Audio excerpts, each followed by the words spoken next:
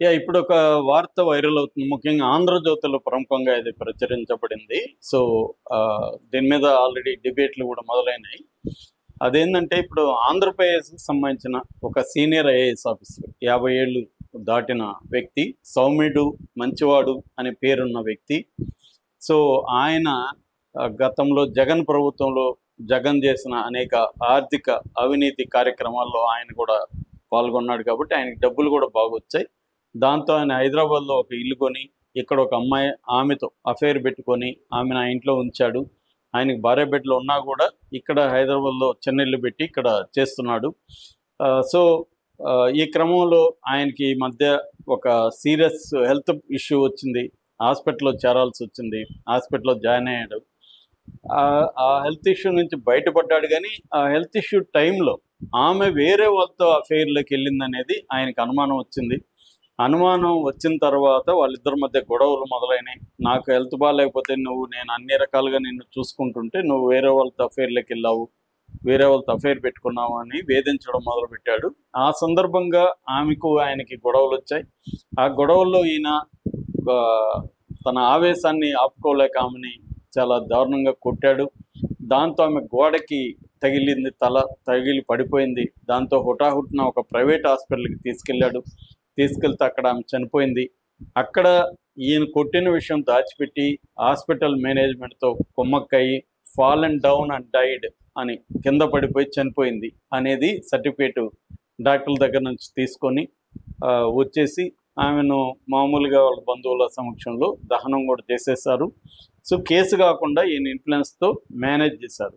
అయితే ఈయన మీద కొంతమంది ఐఏఎస్ అధికారులకి నిఘా పెట్టారు ఐఏఎస్ అధికారులు. సో వాళ్ళల్లో ఈ విషయం లీక్ అయిపోయింది.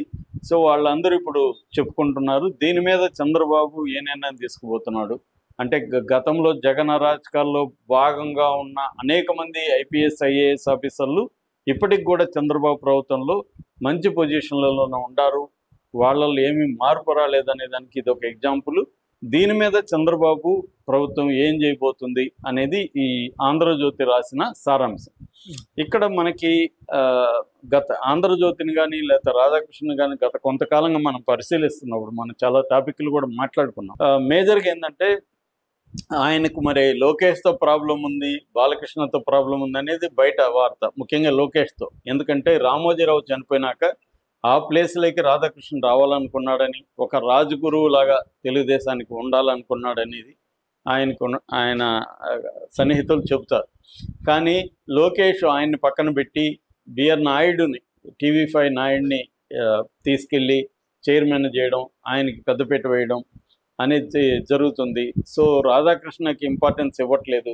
ఇక్కడ చంద్రబాబు ఏంటంటే బలహీనం అయిపోయాడు. చంద్రబాబు మాట ఏమి చెల్లుబాటు కావట్లేదు, మొత్తం లోకేష్దే నడుస్తుంది అనేది ఆయనకు అర్థమయ్యి ఆయన కోపం పెరిగిపోయింది. దాంతో ఈ ప్రభుత్వాన్ని ఇరుకును పెట్టే విధంగా ఆయన కొన్నిసార్లు రాయడం మొదలుపెట్టాడు అనేది బయట వార్త. ఎందుకంటే మనం పరిశీలిస్తే కూడా రాధాకృష్ణ కొత్త పలుకుల్లో కూడా వరుసగా చంద్రబాబుకి ప్రభుత్వానికి వ్యతిరేకంగా రాస్తూ ఉండడం అనేది కనబడుతుంది. ఆ మధ్య కూడా P4 పథకం అనేది పనికిమాలిన పథకం, చంద్రబాబు దాన్ని ఎందుకు పట్టుకొని చేస్తున్నాడు అనేది ఇంకా అది అమలే కాదు. అమలయ్యి దాన్ని ఫెయిల్ అయితే అది అప్పుడు రాయొచ్చు. కానీ అమలు కాకముందే దాని మీద ఈయన దుష్ప్రచారం చేశాడనే వార్తలు వస్తున్నాయి.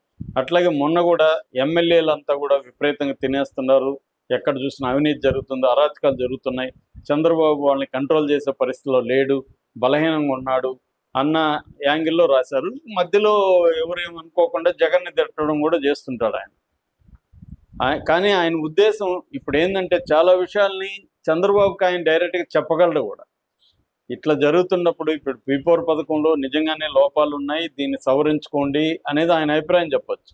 కానీ తన కొత్త పలుకులో ఇది రాయడం అంటే అది ఖచ్చితంగా చంద్రబాబు చెప్పడం కాకుండా చంద్రబాబు ప్రభుత్వంలో జరుగుతున్న తప్పుల్ని భూతద్దంలో పెట్టి చూపించాలి. అంటే ఒక్కొక్కసారి మనకి సాక్షి చదువుతున్నామా, ఆంధ్రజ్యోతి చదువుతున్నామా అన్న డౌట్ మనకు కనబడుతుంది. ఫ్రంట్ పేజీలో వచ్చే కొన్ని వార్తలు చూస్తే మనం ఇది మళ్ళీ చెక్ చేసుకోవాలి, ఇది ఆంధ్రజ్యోతే కాదా అని. ఆ విధంగా వస్తున్నాయి ఈ మధ్య. అలాగా ముందు నుంచి కూడా రాధాకృష్ణ ఏంటంటే, ఒకటి వైసీపీ నాయకుల మీద సరిగ్గా పగ తీర్చుకోవట్లేదు, ఇంకా వాళ్ళు తిరుగుతూనే ఉన్నారనే యాంగిల్లో డే 1 నుంచి రాస్తున్నారు.